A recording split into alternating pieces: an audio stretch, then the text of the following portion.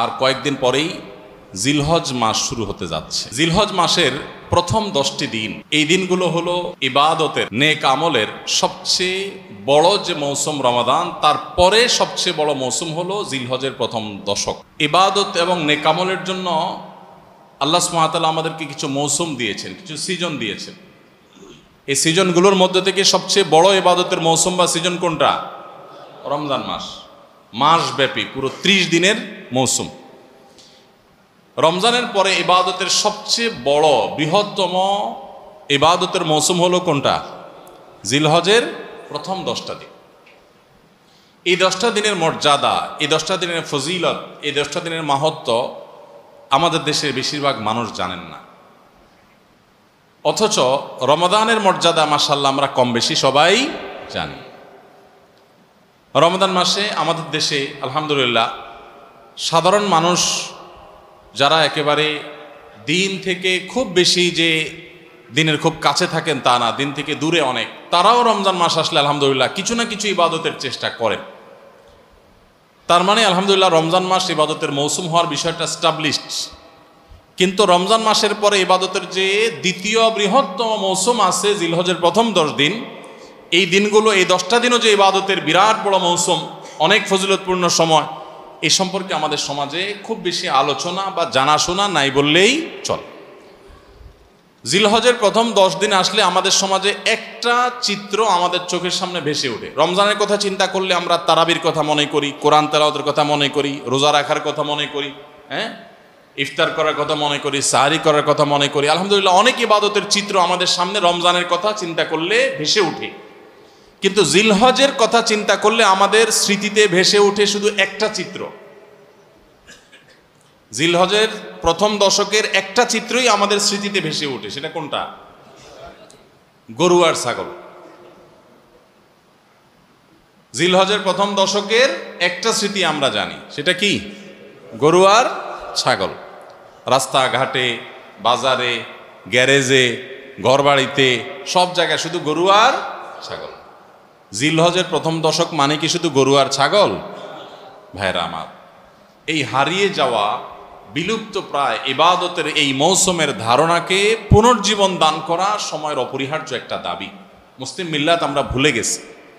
এজন্য আজকে আমরা যে কথাগুলো বলবো, আল্লাহর ওয়াস্তে সবাই পাক্কা নিয়ত করে নেই। এই কথাগুলো অনুযায়ী আমি নিজে তো আমল করবো ইনশাআল্লাহ। আমি বাইরে গিয়ে আমার পরিবারে, আমার পরিচিত লোকদের মধ্যে আরো কয়েকজন মানুষকে আমি সচেতন করবো ইনশাআল্লাহ।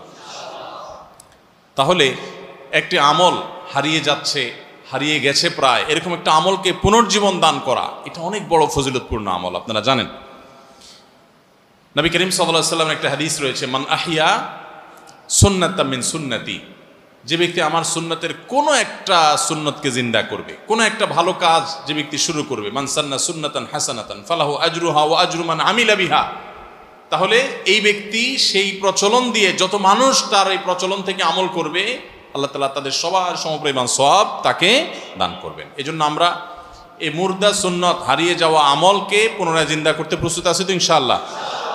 তাহলে আজকে আমরা যারা এই কথাগুলো শুনবো, তারা শুধুমাত্র আমলের নিয়ত না, আমল তো বটেই, আমরা দাওয়াতের নিয়তে শুনবো, ঠিক আছে তো ইনশাআল্লাহ।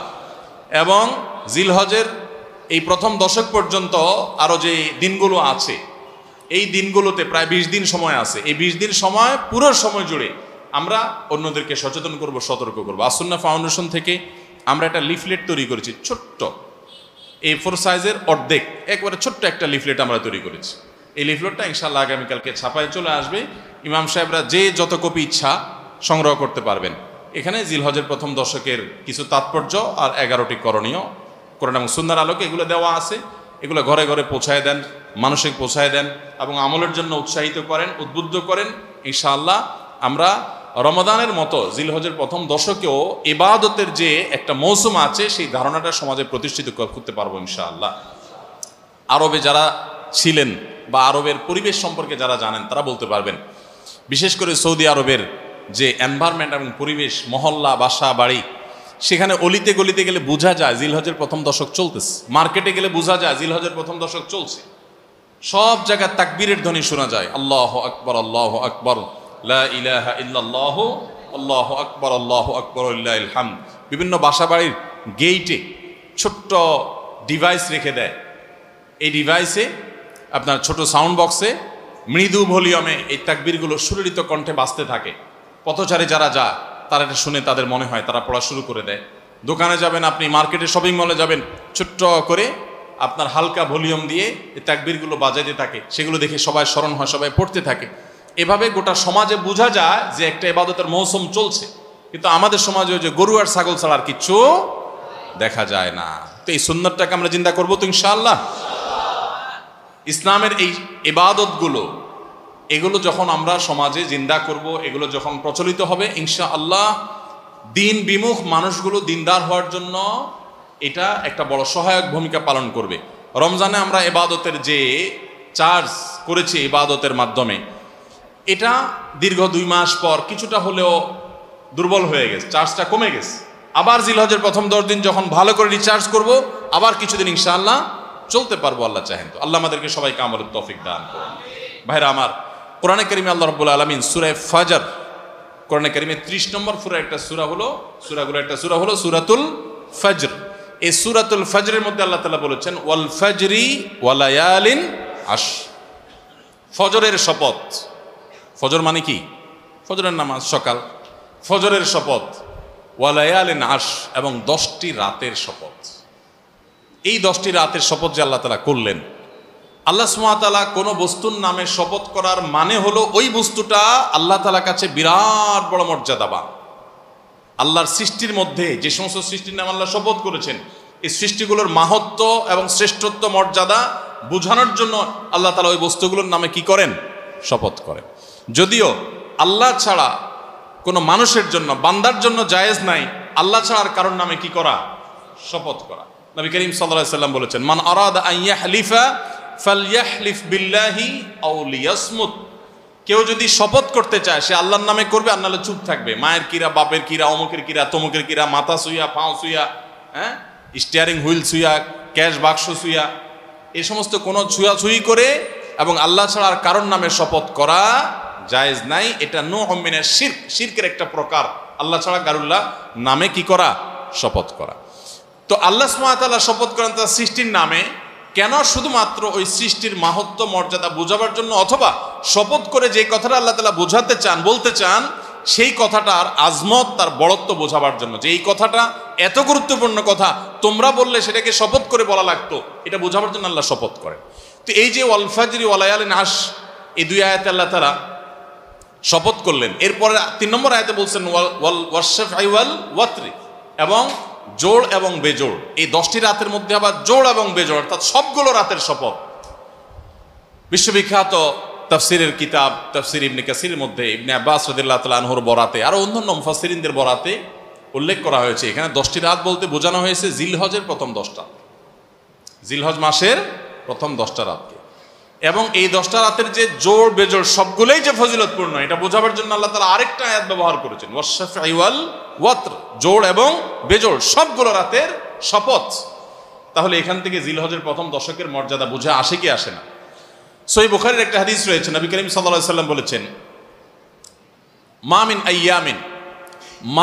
আইয়ামিন আল আমালুস সালিহু ফীহিন্না আহাব্বু ইলাল্লাহ মিন হাযিহিল আইয়াম, ইয়ানি আইয়ামাল আশর। জিলহজের প্রথম 10 দিনের আমল, ইবাদত, নেকামল, ভালো কাজ, এটা আল্লাহর কাছে এত প্রিয়, অন্য কোন সময়ের আমল ইবাদত, অন্য কোন দিনের আমল ইবাদত আল্লাহর কাছে এত প্রিয় না। বান্দা এই 10 দিনে নেকামল করলে আল্লাহ তাআলা যত খুশি হন, অন্য কোন সময়ের নেকামলে আল্লাহ তাআলা এত সন্তুষ্ট হন না। জিজ্ঞাসা করা হলো কিলা ওয়ালাল জিহাদু ইয়া রাসূলুল্লাহ, সাহাবীরা প্রশ্ন করলেন হে আল্লাহর রাসূল, অন্য সময় আল্লাহর রাহে যদি কেউ জিহাদে যায়, অন্য সময় যদি জিহাদে রত হয়, তাহলে সেই আমলটার মর্যাদাও কি এই দশকের সাধারণ নেকামলের চাইতে উত্তম না? ওটা তো জিহাদ, জীবন বাজি রাখা। এই সময়ের সাধারণ নেকামলের চাইতে অন্য সময়ের জিহাদটাও কি উত্তম না? নবী সাল্লাল্লাহু আলাইহি সাল্লাম বলেছেন ওয়ালাল জিহাদু ফি সাবিলিল্লাহ, অন্য সময়ের জিহাদও এই সময়ের সাধারণ নেকামলের চাইতে উত্তম না, ইল্লা, তবে অন্য সময়ের জিহাদ যদি কেউ এই পর্যায়ে করে যে তিনি তার জান মাল সব কিছু নিয়ে জিহাদে গেছেন, কিন্তু কিছু নিয়েই ফিরে আসতে পারেন না, সব আল্লাহর রাহে কোরবানি করে দিয়েছেন, এই লোকের কথা ভিন্ন, তার মর্যাদা সবকিছুর উপরে। তাহলে এই দশকের নেকামল, এই দশকের ইবাদত বন্দেগীর মর্যাদা এত বেশি ভাইরা আমার, যে আল্লাহ রাব্বুল আলামিনের কাছে বছরের অন্য কোনো সময়ের কোনো আমল, এমনকি জেহাদও, সাধারণ জেহাদও এই দশকের নেকামলের চাইতে বেশি প্রিয় না। এই হাদিস থেকে, বুখারীর এই হাদিস থেকে আমরা কি বুঝলাম? যে এই দশক আল্লাহ সুবহানাহু ওয়া তাআলার কাছে ইবাদতের দশক, নেকামলের দশক, মর্যাদার দশক, ফজিলতের দশক। আল্লাহ রাব্বুল আলামিন এই দশকের কদর করার তৌফিক আমাদের সবাইকে দান করুন। ভাইরা আমার, বিশ্ববিখ্যাত হাদিসবেত্তা হাফেজ ইবনে হাজার আসকালানী রাহমাতুল্লাহি আলাইহি জিলহজের প্রথম দশক সম্পর্কে বলেছেন, জিলহজের প্রথম দশকের এত মর্যাদা কেন বেশি ভাই? কারণ সমস্ত ইবাদাতের সমাহার এই দশকের মধ্যে আছে। ইসলামের যে মৌলিক ইবাদতগুলো আছে প্রায় সব, মেইন সব ইবাদতগুলোর সমাহার এই দশকে আপনি খুঁজে পাবেন। এমনকি রমজানেও পাবেন না সব, এই দশকে সবগুলোর সমাহার পাবেন। কিভাবে? এই দশকে আমরা দেখি যে প্রথমত ইমান তো 12 মাসের আমল, অন্য সময়ও আছে, এই সময়ও আছে। 5 ওয়াক্ত নামাজ 12 মাসের আমল, অন্য সময়ও পড়তে হয়, এই দশকেও পড়তে হয়। রোজা রমজান মাসে আছে, এই দশকেও রোজা আছে। প্রথম 9 দিনই রোজার কথা হাদিসে আছে, আবার বিশেষভাবে আরাফাতের দিন রোজার কথা আছে। তাহলে ইসলামের তৃতীয় রকম রোজা, রোজা অবশ্য হজ হলো তৃতীয়, জাকাত হলো তৃতীয় রকম। জাকাত অন্য সময় দেওয়া যায়, এই সময়ও দেওয়া যায়, তাহলে জাকাত আদায়যোগ্য সময় এটা। আবার রোজারও আমল এই দশকের মধ্যে আছে। আর হজ তো হয়ই এই দশক, হজের মূল কাজই হলো এই দশকে, ফরজ কাজগুলো সব এই দশকেই হয়ে যায়। তাহলে এই দশকে ঈমান আছে, নামাজ আছে, জাকাত আছে, রোজা আছে, হজ আছে, আবার কোরবানি আছে, আবার জিকিরের জন্য আলাদা নির্দেশ আছে। এই দিনগুলোতে বিশেষভাবে আল্লাহর জিকির কর, আছে না নাই ভাই? তাহলে আমরা কি বুঝলাম? এই দশকে সমস্ত ইবাদতের কি আছে? সমাহার আছে, সমস্ত ইবাদতের নজির আছে। এই জন্য এই দশকের মর্যাদা অনেক বেশি। আল্লাহ রাব্বুল আলামিন এই দশকের মর্যাদা এবং কদর আমাদের সবাইকে করার তৌফিক নসিব করুন। ভাইরা আমার, এই দশকের মর্যাদা নিয়ে আমরা কথা বাড়াতে চাই না, এবার আমরা করণীয়তে চলে যাই। কি করব আমরা? আমরা কোরআন এবং হাদিসের আলোকে 11টি আমলের কথা বলতে পারি। এই 11টি আমল এই দশকের জন্য খাস, স্পেশাল। নাম্বার 1 নম্বর এই দশকের আমল হলো বেশি বেশি আল্লাহর জিকির করা। কি করা? বেশি বেশি আল্লাহর জিকির করা। কারণ কোরআনে কারিমে সূরা তাওবাতে আল্লাহ রাব্বুল আলামিন এই দশককে ইঙ্গিত করে বলেছেন যে তোমরা আল্লাহ তাআলার জিকির করো ফি আইয়ামিন মাদুদাত, নির্দিষ্ট দিনসমূহে, নির্ধারিত দিনগুলোতে তোমরা আল্লাহর জিকিরে মাশগুল থাকো।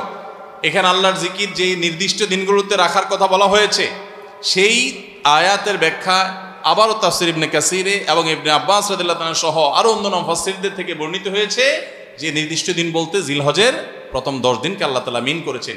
এই 10 দিনই তোমরা আল্লাহর জিকিরে বেশি বেশি করে আল্লাহ তাআলার জিকির করো। তাহলে জিকির শুধু না, পরিমাণে বাড়িয়ে বাড়িয়ে বেশি বেশি পরিমাণে জিকির করতে হবে। এই দশকে আল্লাহ তাআলার স্মরণ অন্তরে হবে, মুখে আল্লাহ তাআলার জিকির চলবে, কাজের মাধ্যমে জিকিরের আমল চলবে, অন্তরের স্মরণের মাধ্যমে, মুখে জিকিরের মাধ্যমে। কোরআনের তেলাওয়াত একটা জিকির, তাসবিহগুলো একটা জিকির, তাহমিদ আল্লাহর প্রশংসা একটা জিকির, এরকম যত জিকির আছে এই দশক হলো জিকিরের দশক। সবচেয়ে বেশি জিকির চলবে, সবচেয়ে বেশি কি চলবে? জিকির চলবে। দ্বিতীয়ত যে আমলটি চলবে তা হলো যে কোনো নেকামল, যে কোনো নেকামল। কারণ একটু আগে আমরা হাদিস শুনলাম যে নবী করিম সাল্লাল্লাহু আলাইহি ওয়াসাল্লাম বলেছেন, মা মিন আইয়ামিন আল আমালুস সালিহু ফিহিন্না আহাব্বু ইলাল্লাহ মিন হাযিহিল আইয়াম। এই জিলহজের 10 দিনের চাইতে অন্য কোন দিনের নেকামল আল্লাহর কাছে বেশি প্রিয় না। মাস হিসাবে রমাদান সবচেয়ে সেরা, আর দিন হিসাবে খুচরা দিনগুলোর মধ্যে রমজানের বাইরে সবচেয়ে সেরা কোনটা? জিলহজের প্রথম দশক। রমজানের পরে মর্যাদার বিচারে সবচেয়ে বেশি মর্যাদাপূর্ণ দশক হলো এই দশক। এই জন্য এই দশকে আমল করলে আল্লাহর কাছে এত প্রিয় যে অন্য কোনো সময়ের আমল আল্লাহর কাছে এত প্রিয় না। এই জন্য এই দশকের দ্বিতীয় আমল হলো বেশি বেশি নেকামল করা। বেশি বেশি কি করা? নেকামল করা। রুটিন যে নামাজগুলো আছে, কাজগুলো আছে, সেগুলো বিশেষ ইহতিমামের সাথে করা। অন্য সময় আপনি নামাজের টুকটাক গাফলতি করেন, কিন্তু এই দশকে মোটেই করবেন না। অন্য দশকে আপনার ফজরের জামাত একটু মিস হয়, এই দশক মোটেই করবেন না। আগে থেকে ইহতিমাম থাকবে যে এই দশক কোনোভাবে ইবাদত থেকে আমি যেন দূরে না থাকি। আল্লাহ তাআলা আমাদের সবাইকে আমলের তৌফিক দান করুন। তাহলে 2 নম্বর আমল হলো বেশি বেশি নেকামল করা এই দশকে। রুটিন নেক আমলগুলো যেগুলো সবসময় করতে হয় এগুলোকে বিশেষ ইহতিমামের সাথে করা, আর আরো নফল আমল বাড়িয়ে বাড়িয়ে করা। আপনি অন্য সময় কোরআন তেলাওয়াত খুব বেশি করতে পারেন না, এই দশকে কোনো অবস্থাতে ছাড়বেন না। অন্য সময় তাসবিহ তেলাওয়াত খুব বেশি হয় না, এই দশকে কোনো থাকবে যে ধীরস্থিরতার সাথে মনোযোগের সাথে নামাজ পড়ব। এভাবে নেকামলের কসরত করতে থাকবেন। আল্লাহর প্রিয় পাত্র হওয়ার পথে আমরা এগিয়ে যেতে চাইলে এই দশক, এই 10টা দিন আমাদের জন্য বিরাট বড় একটা সুযোগ। আল্লাহ আমাদের সবাইকে তৌফিক দান করুন। 3 নম্বর, এই দশকের করণীয় হলো সকল গুনাহ থেকে অন্য সময়ের চাইতে এই সময়টাতে বেঁচে থাকার জন্য বেশি সচেষ্ট থাকা। গুনাহ তো 12 মাসই আমরা করব না, কিন্তু এই দশক গুনাহ না করার ব্যাপারে চেষ্টাটা একটু বেশি থাকবে। কারণ আপনারা সূরা তওবার একটা আয়াত শুনেছেন, আল্লাহ রাব্বুল আলামিন সম্মানিত 4 মাসের আলোচনা করে বলেছেন, যালিকাদ দীনুল কাইয়্যিম ফালা তাজলিমু ফিহিন্না আনফুসাকুম। এই সম্মানিত মাসগুলোতে তোমরা নিজের প্রতি নিজে অবিচার করিও না। ভাইরা আমার, তার মানে যেই সময়টাতে আল্লাহর নৈকট্য লাভের সুযোগ, ওই সময়টাতে যদি কেউ পাপাচারে লিপ্ত হয়, এর চেয়ে পাপিষ্ট আর কে আছে? এই জন্য আল্লাহ রাব্বুল আলামিন আমাদেরকে দরদের সাথে বলছেন, ভাষা খেয়াল করেন, ফালা তাজলিমু ফিহিন্না আনফুসাকুম, তোমরা নিজের পায়ে নিজে কুঠারাঘাত করিও না। এই 10 দিন না, শুধুমাত্র এই পুরো সম্মানিত 4 মাস, সম্মানিত 4 মাসের ভিতরে টানা 3টা মাস চলছে, জিলকদ, জিলহজ, মুহররম, আরেকটা হলো রজব মাস, রমজানের আগের মাস। তাহলে সম্মানিত 4 মাসের মধ্যে এই 10টা দিন আবার বিশেষ মর্যাদাবান। অতএব এই আয়াতটা এখানে আরো বেশি ফিট হবে, অর্থাৎ পাপাচার থেকে বাঁচার জন্য আলাদা কসরত থাকবে। অন্য সময় আমি গুনাহের কাজ করলেও এই দশকে কোনো অবস্থাতে আল্লাহর নাফরমানি করব না। আল্লাহ আমাদের সবাইকে বেঁচে থাকার তৌফিক দান করুন। ভাই আমার, তাহলে 3 নম্বর আমল আমরা পেয়ে গেলাম। 4 নম্বর আমল হলো, যাদেরকে আল্লাহ তাআলা সামর্থ্য দিয়েছেন তারা হজ করবেন। এই দশক হজের আমলের মাস, আমলের দশক, এই দশকেই তো হজ হবে। অতএব যাদের তৌফিক দিয়েছেন আল্লাহ তাআলা, তারা কি করবেন? হজ করবেন। এটা এই দশকের আমল। এটা হলো 4 নম্বর আমল। 5 নম্বর আমল হলো, যাদেরকে আল্লাহ সামর্থ্য দিয়েছেন তারা এই দশকে কোরবানি করবেন। কারণ কোরবানি এমন একটা আমল, নবী করিম সাল্লাল্লাহু আলাইহি সাল্লাম মদিনা হিজরত করেছেন, এরপর থেকে প্রতি বছরই তিনি কি করেছেন? কোরবানি করেছেন। আল্লাহ নির্দেশ করেছেন, ফাসাল্লি লিরাব্বিকা ওয়ানহার, তুমি তোমার রবের নির্দেশ পালনার্থে নামাজ আদায় করো এবং কোরবানি করো। তো এই জন্য ঈদুল আজহা, অর্থাৎ এই জিলহজের প্রথম দশকের শেষ দিন, অর্থাৎ 10ম দিনে কোরবানির আমলটা করা, এটা যাদের সামর্থ্য আছে তাদের জন্য প্রযোজ্য। এই দশকের একটা আমল হলো কি করা? কোরবানি করা। কয়টা আমল গেল? 5টা। 6 নম্বর হলো, যাদের কোরবানি করার ইচ্ছা আছে তারা জিলহজের চাঁদ ওঠার আগে আগে, জিলকদ মাসের শেষ দিনের মধ্যে তাদের হাতের নখ, চুল, গোফ, অবাঞ্ছিত লোম এগুলো সব কেটে পরিষ্কার করে ফেলবেন এবং এই দশক আর সেগুলোতে হাত দিবেন না। কোরবানি করে তারপরে সেগুলো পরিষ্কার করতে চাইলে করবেন, এই দশকে আর হাত দিবেন না। নবী সাল্লাল্লাহু আলাইহি ওয়াসাল্লাম বলেছেন, মান আরাদা আন ইউদাহিয়া ফালা ইয়াখুয মিন শা'রিহি ওয়া আযফারিহি শাইআ, যে ব্যক্তি কোরবানি করার এরাদা করেছে, নিয়ত করেছে, সে যেন তার চুল, নখ এগুলো না কাটে ওই 10 দিন। জিলহজের চাঁদ উঠছে আর কাটবেন না, চাঁদ উঠার আগে আগে কেটে ফেলবেন এবং কোরবানির পরে যায় কাটবেন, এই 10 দিন বিরত থাকা।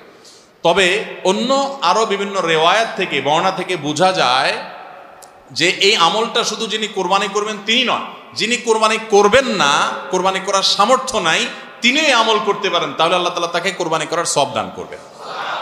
এমনকি কোন সালাফ, কোন সাহাবী থেকে আমলও বর্ণিত আছে যে বাসার বাচ্চা কাচ্চা যারা আছে তাদেরকেও এই দশকে চুল, নখ ইত্যাদি কাটতে নিষেধ করেছেন। তাহলে চুল, নখ ইত্যাদি কাটা থেকে বিরত থাকা এই 10 দিন, আগে কাটা এবং পরে কাটা, এই 10 দিন না কাটাকাটি না করা, এটা একটা মুস্তাহাব আমল। এবং প্রায় সব ফুকাহা একরাম এই ব্যাপারে একমত হয়েছেন।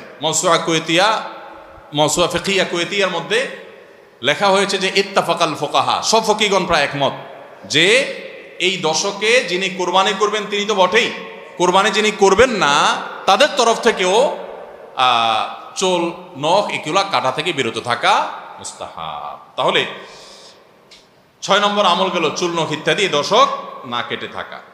7 নম্বর আমল হলো এই দশকে বেশি বেশি তাকবীর পাঠ করা। এটা তাকবীরে মুতলাক বলা হয়, সাধারণ তাকবীর। আল্লাহু আকবার, আল্লাহু আকবার, লা ইলাহা ইল্লাল্লাহু, আল্লাহু আকবার, আল্লাহু আকবার ওয়ালিল্লাহিল হামদ। এই তাকবীরটা হলো মিন শাআইরিল ইসলাম, এটাকে আমরা করতে পারি। ইসলামের যে নিদর্শনগুলো আছে সেগুলোর মতো করে এই তাকবীরটা আমরা পাঠ করব, এমনভাবে পাঠ করব যে অলিতে গলিতে, রাস্তাঘাটে সব জায়গায় তাকবীরের ধ্বনি চলতে থাকবে, কারোর ডিস্টার্ব করে না। মৃদু কণ্ঠে সব জায়গায় গুনগুনিয়ে আমাদের মুখ থেকে তাকবীর চলবে। আপনারা অনেকে হয়তো শুনে থাকবেন, সাহাবায়ে কেরাম রিদওয়ানুল্লাহি তাআলা আজমাইনের মধ্য থেকে কেউ কেউ, আবু হুরায়রা রাদিয়াল্লাহু তাআলা আনহু, আরো কোন সাহাবীর আমল বর্ণিত আছে যে জিলহজের প্রথম দশক শুরু হলে তারা বাজারে চলে যেতেন। বাজারে কেন যেতেন ভাই? শুধুমাত্র এই নিয়তে বাজারে যেতেন যে বাজারে গিয়ে অনেক মানুষজন থাকবে, তাদের সামনে গিয়ে উচ্চস্বরে তাকবীর পাঠ করব, আমার তাকবীর শুনে পুরো বাজারের সবাই গুনগুনিয়ে তাকবীর বলে উঠবে। এই উদ্দেশ্যে শুধুমাত্র কোন সাহাবী বাজারে যেতেন এবং যে বলতেন আল্লাহু আকবার, আল্লাহু আকবার, লা ইলাহা ইল্লাল্লাহ, আল্লাহু আকবার, আল্লাহু আকবার, ওয়ালিল্লাহিল হামদ। শয়তান আমাদের পুরো সমাজকে গ্রাস করে ফেলছে ভাই। সর্বত্র আমাদের বাসা বাড়ি, আমাদের ব্যবসা প্রতিষ্ঠান, আমাদের শিক্ষা প্রতিষ্ঠান, আমাদের চিন্তা চেতনা, মন মগজ, দেহ মস্তিষ্ক সবকিছু ইবলিস নানাভাবে আমাদেরকে প্রভাবিত করে রাখছে। ইবলিসের ওয়াজ তো আজকাল আমরা শুনি না। কোরআনে আল্লাহ তাআলা সবচেয়ে বেশি যাকে শত্রু হিসাবে দেখাইছেন সে হলো কে? ইবলিস। তার ব্যাপারে আল্লাহ বলেছেন যে সে আমাদের আদু ও মুবিন, স্পষ্ট শয়তান। আমরা জীবনে কোনোদিন দেখিই নাই, আল্লাহ বলেছেন স্পষ্ট শয়তান। কেমনে স্পষ্ট হলো? আমরা দেখিই না, সে থাকে গোপনে, আল্লাহ বলছেন স্পষ্ট। ভাইরা আমার, এই জন্য আল্লাহ স্পষ্ট বলেছেন যে শয়তান নিজে দেখা না দিলে কি হবে? শয়তানের শয়তানি সারাক্ষণ আমাদের চোখের সামনে ভাসে, চতুর্দিক থেকে শয়তানের শয়তানি আমরা দেখি না? তো এই শয়তান তার শয়তানি করে করে পরিবেশটাকে আমাদের নষ্ট করে ফেলছে। আমাদের দেশ তরুণ প্রজন্মকে ধ্বংসের দ্বারপ্রান্তে নিয়ে যাওয়া হয়েছে। তাদেরকে দিন থেকে এত দূরে সরাই দেওয়া হয়েছে, কখনো শিক্ষার নামে, কখনো সংস্কৃতির নামে, কখনো বিনোদনের নামে, কখনো খেলাধুলার নামে, কখনো ক্যারিয়ারের নামে, এক এক সময় এক এক নাম দিয়ে আমাদের সন্তানদেরকে আল্লাহে দিন থেকে এত দূরে সরিয়ে ফেলা হয়েছে, আমরা অনেকে এখনো আঁচ করতে পারছি না। ভয়াবহতা কোথায় গিয়ে ঠেকেছে অনেকে অনুমান করতে পারছি না। সমাজ থেকে শয়তানের এই সমস্ত শয়তানির প্রভাব দূর করবার জন্য জিলহজের প্রথম দশকে অলিতে গলিতে, রাস্তাঘাটে, বাসা বাড়িতে, ব্যবসা প্রতিষ্ঠানে সব জায়গায় তাকবীর ধ্বনি উচ্চারিত করতে থাকেন। এই তাকবীর ধ্বনি নীরবে না, সশব্দে। সশব্দে বলতে মানুষকে ডিস্টার্ব করে না, যতটুকু মানুষ সহনীয় হয় মৃদু কণ্ঠে এই তাকবীর গুনগুনিয়ে আমরা গাইতে থাকবো, আওয়াজ করে করে বলতে থাকবো, সর্বত্র এটি ধ্বনিত হতে থাকবে। এই আন্দোলনটা আমার প্রত্যেকটা একটু করতে হবে। রাজি আছি তো ইনশাআল্লাহ? ভাইরা আমার, বাজারে গিয়ে, চায়ের দোকানে, মাছের বাজারে বা খুব জমজমাট বাজারে গিয়ে যদি আপনি হঠাৎ করে তাকবীর দিয়া উঠেন, আল্লাহু আকবার, আল্লাহু আকবার, লা ইলাহা ইল্লাল্লাহ, আল্লাহু আকবার, আল্লাহু আকবার, ওয়ালিল্লাহিল হামদ, কত মধুর কণ্ঠে এই তাকবীর পাঠ করা যায়। আল্লাহু আকবার, আল্লাহু আকবার, আল্লাহ সবচেয়ে বড়, আল্লাহ সবচেয়ে বড়, লা ইলাহা ইল্লাল্লাহ, আল্লাহ ছাড়া সত্যিকারের কোনো মাবুদ নাই, লা ইলাহা ইল্লাল্লাহ, আল্লাহু আকবার, আল্লাহ বড়, ওয়ালিল্লাহিল হামদ, আল্লাহ বড়, আল্লাহ বড় এবং তার জন্য সমস্ত প্রশংসা।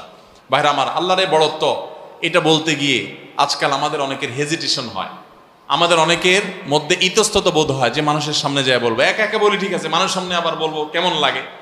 এগুলো আমাদের ইমানের দুর্বলতার দলিল। আমার আল্লাহর বড়ত্ব বর্ণনা করতে আমার মধ্যে ইতস্তত বোধ যদি হয়, তো আমার চেয়ে নিমুখার আমার কি আছে আল্লাহর জমিনে? আমি কত আল্লাহ নেমক হারাম যে আল্লাহ সারাদিন আল্লাহ নেয়ামতের ভিতরে ডুবে আছি, আল্লাহর বড়ত্বটা জোরে বললে কে কি মনে করবে, আমি এই চিন্তা করছি। তো আমরা ইনশাআল্লাহ এই অচল আয়তন ভাঙবো তো? আমরা ইনশাআল্লাহ এই হীনমন্যতা, এই ইতস্ততা দূর করবো তো ইনশাআল্লাহ?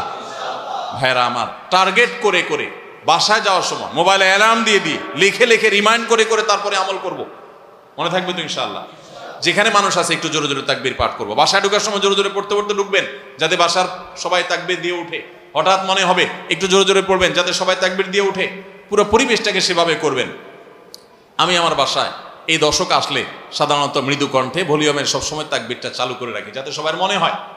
অফিসে কম্পিউটারে এটাকে মৃদু কণ্ঠে চালু করে রাখি, অন্যান্য কাজ করতে থাকি, এই আওয়াজ চলতে থাকে, যাতে করে যে আসে সে দেখে তার মনে হয় সে আমলটা করতে পারে। তো আমরা এই আমলটা চিন্তা করবো তো ইনশাআল্লাহ? যদি আপনি বাজারে গিয়ে তাকবীর বলেন, আমাদের সমাজের যে অবস্থা, যে অবক্ষয়, দিনই চেতনা দিন দিন যেভাবে হারিয়ে গেছে, আপনার তাকবীর শুনে হয়তো অনেকে হাসবে। হঠাৎ করে যখন বাজারে গিয়ে তাকবীর দিবেন জোরে জোরে, বলবে ব্যাপার কি? কেউ কেউ হয়তো ইশারা করে যে মাথায় হয়তো কোনো সমস্যা আছে। এরকম হতে পারে, হতে পারে কি পারে না? কেন হইতে পারে? কারণ সব গাফেলদের মধ্যে একজন জাকের আসছে, সব গাফেলদের মধ্যে একজন জাকের আসছে। যেখানে সবাই গাফলতিতে নিমজ্জিত, সেখানে একজন জিকিরকারী আসছে, এই জন্য ওই গাফেলদের মধ্যে জিকিরকারী একজন জিকিরকারী ব্যক্তিকে মনে হয় পাগল, অথবা তাকে বলা হয় যে আননোন। অথচ হওয়া দরকার ছিল মুসলমানদের সমাজে সবাই জাকের, এক দুজন গাফেল, আর আমরা সবাই হয়ে গেছি গাফেল। এই জন্য একজন জিকিরকারী হলে তাকে মানুষ কি করে? উপহাস করে, পাগল মনে করে।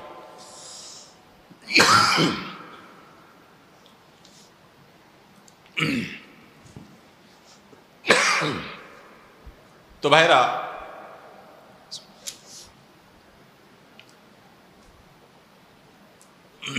ওই যে কোন দেশে নাকি রাজাকে ভবিষ্যৎবাণী করা হয়েছে যে রাজা সাহেব পাগলা পানি আসতেছে, পাগলা পানি,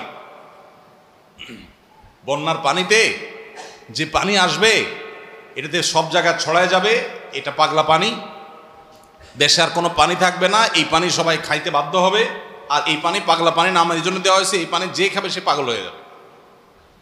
রাজা সাহেব এই ভবিষ্যৎবাণী শুনে পরামর্শ করতেছেন সব মন্ত্রীদের সাথে যে কি করা যায়। দেশের সব মানুষ পাগল হয়ে গেলেও আমার তো অন্তত ভালো থাকতে হবে, আমি পাগল হয়ে গেলে দেশ চলবে কেমন? তো সবাই বুদ্ধি দিয়েছে, রাজা সাহেব এক কাজ করেন, তাহলে আপনার রাজ বাড়িতে বেশি করে পানি স্টক করে রাখেন, যে পাগলা পানি যখন আসবে, সাধারণ পানি যখন থাকবে না, টাঙ্কিতে আপনার বাসায় পর্যাপ্ত পানি থাকবে, 1-2 মাস চলবে। তো অন্তত আপনি ওই পানিগুলো খায়া ভালো থাকলেন, জনগণ সব পাগল হয়ে গেল, আপনি একটু সামলালেন। তো বুদ্ধি অনুযায়ী রাজা সাহেব সব পানির ব্যবস্থা রাখছে এবং বিরাট পানির ট্যাঙ্কি ভরে ফেলছে। ভরার পর এবার সেই পানির ট্যাঙ্কির পানি রাজা সাহেব এবং তার ফ্যামিলির লোকজন খাইছে, এবং যথারীতি জনগণ ওই পাগলা পানি খায়া সব পাগল হয়ে গেছে, আর পাগলের সব কাপড় চোপড় খুলে ফেলছে। এখন সব পাগলরা এসে রাজবাড়ি ঘেরাও করে ফেলছে, এবং সবাই মিলে বলতেছে ওই দেখ কয়েকটা পাগল, কারণ এগুলোর পরনে কাপড় আছে, এগুলো মাথা নষ্ট হয়ে গেছে, এটা পরনে কাপড় পরে রয়েছে কেন? এবার রাজা সাহেব সবার সাথে পরামর্শ করতেছে, পরিবার সদস্যদের সাথে, যে আমাদের কি করা এখন? সবাই যে আমাদেরকে পাগল বলা শুরু করছে, যদি পাগল বলে মাইদ্যুৎ দেওয়া শুরু করে দেয় কি করা যাবে? তখন এবার সবাই বুদ্ধিনি করলো পরিবারের লোকেরা, যে তাহলে এক কাজ করা যাক, যে সমাজের সব পাগল থাকে সেখানে আসলে সুস্থ থাকাটা দোষের, আমরাও চলেন পাগলা পানি খেয়ে পাগল হয়ে যাই। এবার তারাও পাগলা খানি খেয়ে পাগল হয়ে গেছে, এবার পাগলে পাগলে মিলছে, আর অসুবিধা হয়নি। এই সমস্ত গল্প হয়তো এর কোনো বাস্তবতা নাই, কিন্তু এই গল্প বলার উদ্দেশ্য হলো যে যেই সমাজে মানুষ সব গাফেল হয়ে যায়, ফাসেকের পরিমাণ বেশি হয়ে যায়, সেই সমাজে একজন বাজারে গিয়ে যখন আল্লাহু আকবার আল্লাহু আকবার তাকবীর ধ্বনি দিবে, তখন তাকে কিছু লোক পাগল বলাটা সমাজের মানুষের পাগল হওয়ার দলিল। পাগল হওয়া বলতে ফাসেক হয়ে যাওয়া, আল্লাহর জিকির থেকে দূরে সরে যাওয়ার দলিল। কেন? বাজারে যায় যদি কেউ একটু গেয়ে উঠে, মনের সুখে কোনো একটা গান গেয়ে উঠে, তাকে তো কেউ অসুস্থ মনে করে না। তাহলে জিকিরের ক্ষেত্রে এরকম কেন হয়? আপনি যদি বাসে উঠেন, উঠে বলেন আল্লাহু আকবার আল্লাহু আকবার লা ইলাহা ইল্লাল্লাহ আল্লাহু আকবার ওয়ালিল্লাহিল হামদ, প্রথম কারোর কাছে আনইজি লাগতে পারে। উঠার পর যদি আরেকজন পড়েন, বলবে যে ভাই হাতে কোনো ব্যাগ ট্যাগ তো দেখা যাচ্ছে না, কিছু বেচবে নাকি? হকার টকার নেই কোনো। আপনি যদি তখন সুন্দর করে, যারা অবাক হয়ে তাকাবে তাদের যদি বলেন, ভাই এই দশকে আমাদের নবীজি বেশি বেশি করে উচ্চস্বরে তাকবীর পাঠ করতে বলেছেন, আপনারা তো সবাই মুসলমান, আপনাদের সবাইকে স্মরণ করানোর জন্য আমি জোরে জোরে করছি, আপনারা কেউ মনে কিছু নিয়েন না, বাস আলহামদুলিল্লাহ, তাইলে কেচ্ছা কত। তো আমরা এই আমলটা করবো তো ইনশাআল্লাহ। কঠিন আমল, কিন্তু এটাকে জিন্দা করতে পারলে সমাজে সর্বত্র যখন তাকবীরের ধ্বনি ভাসতে থাকবে, শয়তান পালা যাবে ইনশাআল্লাহ সমাজ থেকে। ঘরে যখন সারাদিন তাকবীর ধ্বনি ভাসতে থাকবে, শয়তান পালা যাবে। আল্লাহ আমাদের সবাইকে আমলের তৌফিক দান করুন। জিলহজের প্রথম দশকে এই আমলটা সম্পর্কে নবী করিম সাল্লাল্লাহু আলাইহি ওয়াসাল্লামের ভাষ্য খেয়াল করেন। তিনি বলেছেন, ফাকফিরু ফীহিন্না মিনাত তাকবীরি ওয়াত তাহলিলি ওয়াত তাহমিদ। জিলহজের প্রথম দশক যখন শুরু হয়, তোমরা বেশি বেশি করে তাকবীর পড়ো, বেশি বেশি করে তাহমিদ পড়ো, বেশি বেশি করে তাহলিল পড়ো, অর্থাৎ আল্লাহু আকবার লা ইলাহা ইল্লাল্লাহ আল্লাহু আকবার লিল হামদ, এটা বেশি বেশি করে পাঠ করো। এটা নবী সাল্লাল্লাহু আলাইহি ওয়াসাল্লাম নির্দেশ করেছেন। তাহলে কয় নম্বর আমল গেল?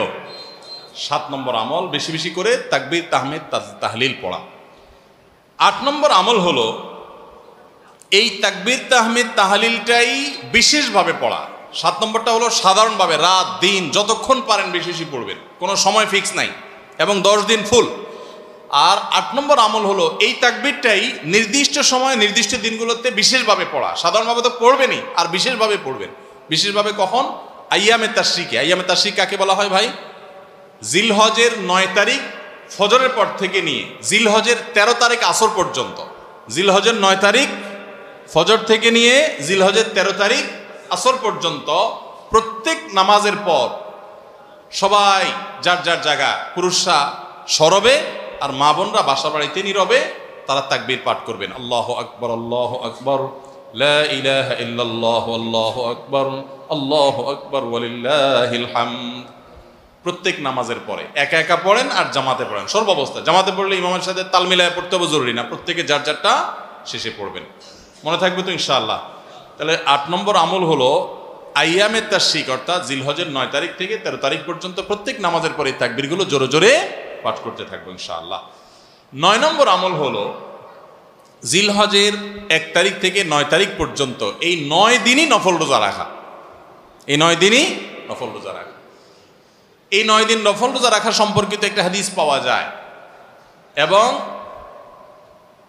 এই 9 দিনের নফল আমল সম্পর্কে মওসুআ কুয়েতিয়া কুয়েতিয়া, কুয়েত থেকে প্রকাশিত ফিকহ বিশ্বকোষ, সেখানে বর্তমান সময়ের সবচাইতে অথেন্টিক ফতোয়ার কিতাবগুলোর মধ্যে থেকে, প্রসিদ্ধ কিতাবগুলো থেকে একটা, ফতোয়ার কিতাবগুলো থেকে মওসুআ ফিকহিয়া কুয়েতিয়া, সেখানে লেখা হয়েছে যে ইত্তাফাকাল ফুকাহা, সমস্ত ফকিহগণ এই ব্যাপারে একমত যে জিলহজের 1 তারিখ থেকে 9 তারিখ পর্যন্ত এই 9 দিনই রোজা রাখা মুস্তাহাব।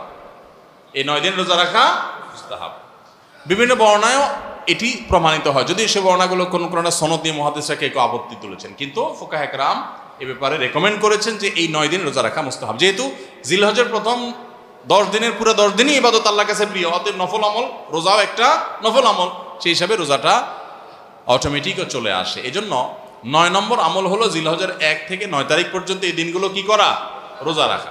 10 নম্বর আমল হলো স্পেশালি, বিশেষভাবে আরাফার দিনে, অর্থাৎ জিলহজের 9 তারিখে রোজা রাখা। জিলহজের 9 তারিখে কি করা? রোজা রাখা। প্রথম 9 দিন সাধারণ, আর বিশেষভাবে 9 তারিখের গুরুত্ব আরো বেশি, কারণ নবী করিম সাল্লাল্লাহু আলাইহি সাল্লাম বলেছেন, সিয়ামু ইয়াউমি আরাফা আহতাসিবু আলাল্লাহি আন ইউকাফিরা সানাতাল্লাতী ক্বাবলাহা ওয়াল্লাতী বাদাহা। আরাফাত দিনের রোজা, অর্থাৎ জিলহজের 9 তারিখের রোজা, এই রোজার সম্পর্কে আল্লাহর কাছে আমার ধারণা, আল্লাহর প্রতি নবী সাল্লাল্লাহু আলাইহি সাল্লাম বলছেন যে আমার ধারণা যে এই রোজার বিনিময়ে আল্লাহ তাআলা 1 বছর পূর্বের আর 1 বছর পরের, অর্থাৎ আগামী 1 বছর এবং গত 1 বছরের গুনাহ আল্লাহ তাআলা মাফ করে দিবেন। আমরা এই পর্যন্ত যত ফজিলতের কথা শুনেছি, পিছনে গুনাহ মাফ করে দিবেন, গত 1 বছর গুনাহ মাফ করে দিবেন, সারাদিনই গুনাহ মাফ করে দেওয়া হবে, এরকম বিভিন্ন হাদিস আমরা শুনেছি। কিন্তু এরকম কোন হাদিস কেউ হয়তো আমরা এই হাদিস ছাড়া আরেকটা হাদিস শুনি নাই যে 1 বছর অগ্রিম গুনাহ মাফ করবেন। যদি আল্লাহ তাআলা কাউকে হায়াত দেন, তিনি 1 বছরের গুনাহ মাফ পেয়ে যাবেন। কোন কোন হাদিস বেত্তাগণ বলেন যে হাদিসের মধ্যে ইশারা পাওয়া যায় যে কেউ যদি আরাফাতের রোজা রাখার তৌফিক পায়, হয়তোবা আগামী 1 বছর হায়াত পাওয়ার তৌফিক হবে তার। যদিও এটা জাস্ট একটা ব্যাখ্যা, এটা এমন না যে হাদিসে বলা হয়েছে আলাদা গ্যারান্টি দিয়ে, এরকম না। অতএব এর ব্যত্যয় ঘটলে ঘটতে পারে। কথা বুঝে আসছে ভাই? তো এই জন্য এই আরাফাত দিনের রোজা এটা আমরা মিস করব না ইনশাআল্লাহ।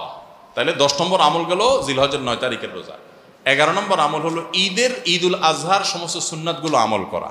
ঈদুল আজহার অনেকগুলো সুন্নাত আছে না, এই সুন্নাহগুলো সবগুলো আমল করা। ঈদুল আজহার যে সুন্নাহগুলো আমল সাধারণত হয় না, গোসল আমরা করি, সুগন্ধি আমরা ব্যবহার করি, আলহামদুলিল্লাহ, অন্য অনেক সুন্নাত আমরা আমল করি, কিন্তু যে সুন্নাতের আমল সাধারণত হয় না তার ভিতরে একটা হলো ফজরের নামাজ মহল্লার মসজিদে এসে পড়া, ভোর রাতে আগে আগে উঠা। অন্য সময়ের চাইতে ঈদের দিন ফজরে মুসল্লি আরও আমাদের মসজিদে কম থাকে, কারণ চাঁদ রাতে তামাশা করে বেড়ায়, ফজর নামাজ মিস হয়ে যায়। তো ইমানদার সেটা করতে পারেন না। ঈদের সুন্নাহটা বিশেষভাবে আদায় করার চেষ্টা করা দরকার, অর্থাৎ জামাতের সাথে ফজর নামাজ পড়া দরকার, আগে আগে উঠা দরকার। ঈদের দিনের সুন্নাতগুলোর মধ্যে থেকে একটা।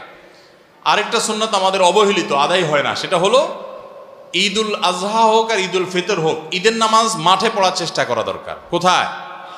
মাঠে। মাঠ এখন কম, বিশেষ করে শহর এলাকাতে মাঠ একটু কম, কিন্তু যেগুলো আছে সেগুলোও যদি সঠিকভাবে সবগুলোকে ব্যবহার করা হয় তাহলে অনেক জায়গায় সুন্নাহ জিন্দা হয়। আমরা ঈদের নামাজ মসজিদে পড়ি, কেন পড়ি? একটা অজুহাত দেই, মাঠ কম। এই অজুহাত সব ক্ষেত্রে গ্রহণযোগ্য না এবং সঠিক না। অনেক জায়গায় মাঠ থাকা সত্ত্বেও মানুষ মসজিদে নামাজ পড়ে, কারণ সব মহল্লার মানুষ আলাদা আলাদা নিজেরা একটু মাতবরি করতে চায়। আমরা আবার আরেক জায়গায় নামাজ পড়তে যাবো, আমাদের একটা বাঁকাওয়াতি থাকে। এই রোগ মসজিদে মসজিদে ঢুকে গেছে, মসজিদ কমিটির লোকদের মধ্যে রোগ ঢুকে গেছে। তারাই কোরবানি করতে রাজি না, যে আমরা এখানে জমাত করব না, চলুন আমরা সবাই মিলে বড় একটা মাঠে করি। বড় মাঠে কয়েক মসজিদের মুসল্লিদের একসাথে নামাজ আদায় করার যে সৌন্দর্য আছে, এই সৌন্দর্য মসজিদের মধ্যে ঈদের নামাজ পড়ার মাধ্যমে নাই। এই জন্য ভাইরা, মাঠে ঈদের নামাজ জিন্দা করার চেষ্টা করতে হবে ইনশাআল্লাহ। চেষ্টা করা যাবে না ইনশাআল্লাহ? তাই বলে আবার রাস্তাঘাট আটকায় মানুষের অসুবিধা হয় সেভাবে করে ঈদের নামাজ ব্যবস্থা করেন না। হ্যাঁ, যদি কোনো রাস্তা এরকম হয় যে না, এ রাস্তা বিকল্প বহু রাস্তা ডানে বামে আসে, মহল্লার রাস্তা, কারোর কোনো অসুবিধা হবে না, তাহলে সেখানে হতে পারে শর্ত সাপেক্ষে। কিন্তু সাধারণত রাস্তা নয়, বরং আমাদের নামাজ পড়তে হবে কোথায়? মাঠে। এবং ঈদের নামাজ মসজিদে আদায় করবেন না, মাঠে আদায় করবেন। এই আওয়াজটা সর্বত্র তোলা দরকার। শহর তো বটেই, গ্রামে পর্যন্ত এখন প্রত্যেক মসজিদে মসজিদের নামাজ হয়। কেউ কাউকে মানতে রাজি না, কেউ কাউকে মানতে রাজি না। আরেক জায়গায় ঈদগাহে নামাজ পড়বে, আমাদের ইজ্জত থাকে নাকি? তো এই লোক ইসলাম বুঝে নাই। ঈদের জামাত হবে, অনেক বড় জামাত, সেখানে বহু মসজিদের মুসল্লিরা আসবে, এটার মধ্যেই সৌন্দর্য, পুরো মহল্লার মানুষের সম্মিলন ঘটবে। এই সুন্নতটা আদায় হয়।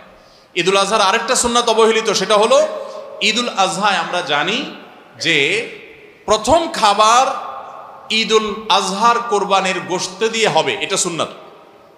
ওমর রাদিয়াল্লাহু তাআলা থেকে একটা রওয়ায়াত বর্ণিত আছে যে আল্লাহ তাআলার উদ্দেশ্যে কোনো কিছু দান করলে এটা নিজে ভোগ করা যায় না। যায়?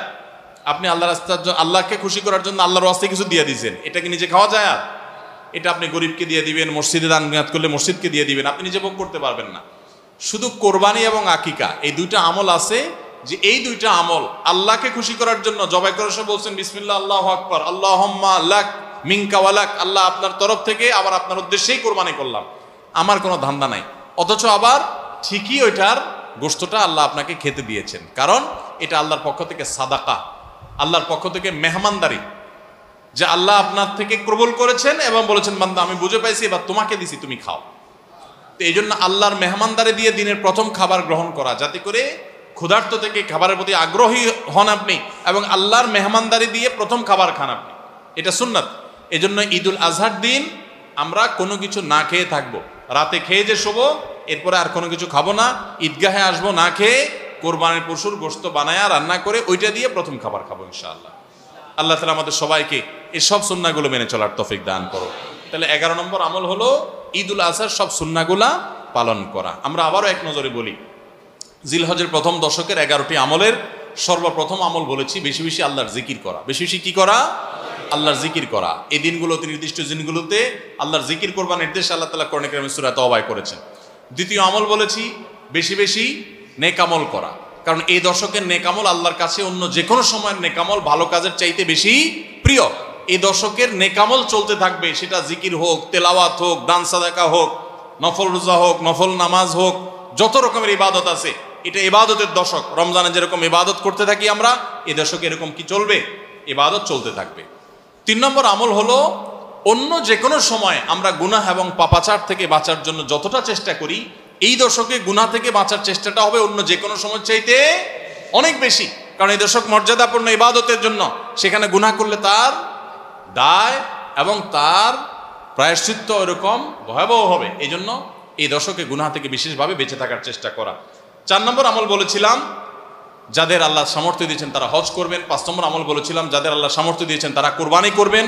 6 নম্বর আমল বলেছিলাম যারা কোরবানি করবেন, এমনকি বিভিন্ন হাদিস থেকে বোঝা যারা কোরবানি করবেন না তারাও, এমনকি বাচ্চাদেরকেও জিলহজের এই 10 দিন চুল নখ কাটা থেকে বিরত থাকবেন। চাঁদ ওঠার আগে আগে করবেন আর কোরবানির পরে করবেন। কয় নম্বর আমল গেল?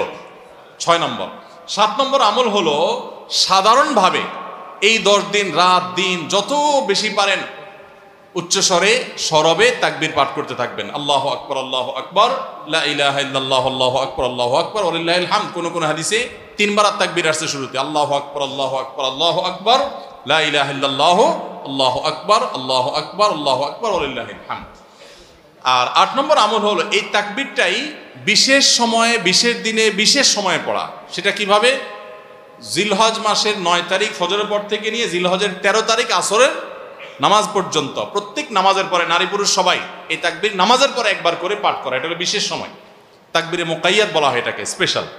এটা 8 নম্বর আমল। 9 নম্বর আমল হলো জিলহজের 1 থেকে 9 তারিখ পর্যন্ত এই সব দিনগুলোতে নফল রোজা রাখা মুস্তাহাব।